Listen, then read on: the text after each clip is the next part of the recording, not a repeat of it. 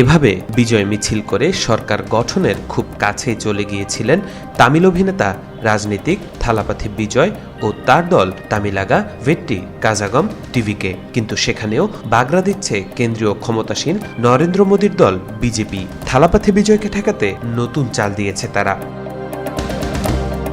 বিজয়ের এই উত্থান ঘিরে তামিলনাড়ুর রাজনীতিতে নতুন সমীকরণের আভাস পাওয়া যাচ্ছে।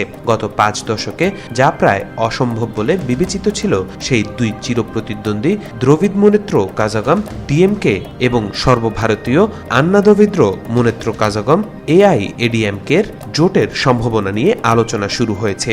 এমনকি বিজেপিও পর্দার আড়াল থেকে এই পরিকল্পনায় সমর্থন দিচ্ছে, যাতে টিভিকের সঙ্গে জোটবদ্ধ কংগ্রেসকে ক্ষমতার বাইরে রাখা যায়। এনডিটিভির প্রতিবেদনে এই তথ্য জানানো হয়েছে।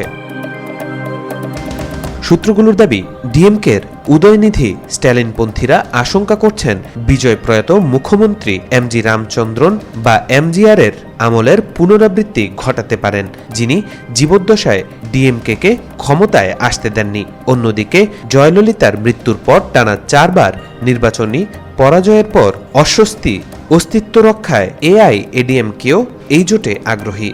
জানা গেছে, এই পরিকল্পনায় কংগ্রেসকে ক্ষমতার বাইরে রাখতে ডিএমকে ও এআইএডিএমকে সমর্থন দিয়ে যাচ্ছে বিজেপি।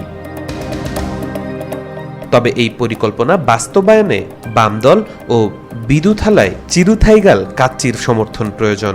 বিজয় ইতিমধ্যে এসব দলের সমর্থন চেয়েছেন, যদিও তারা এখনও সময় নিচ্ছে।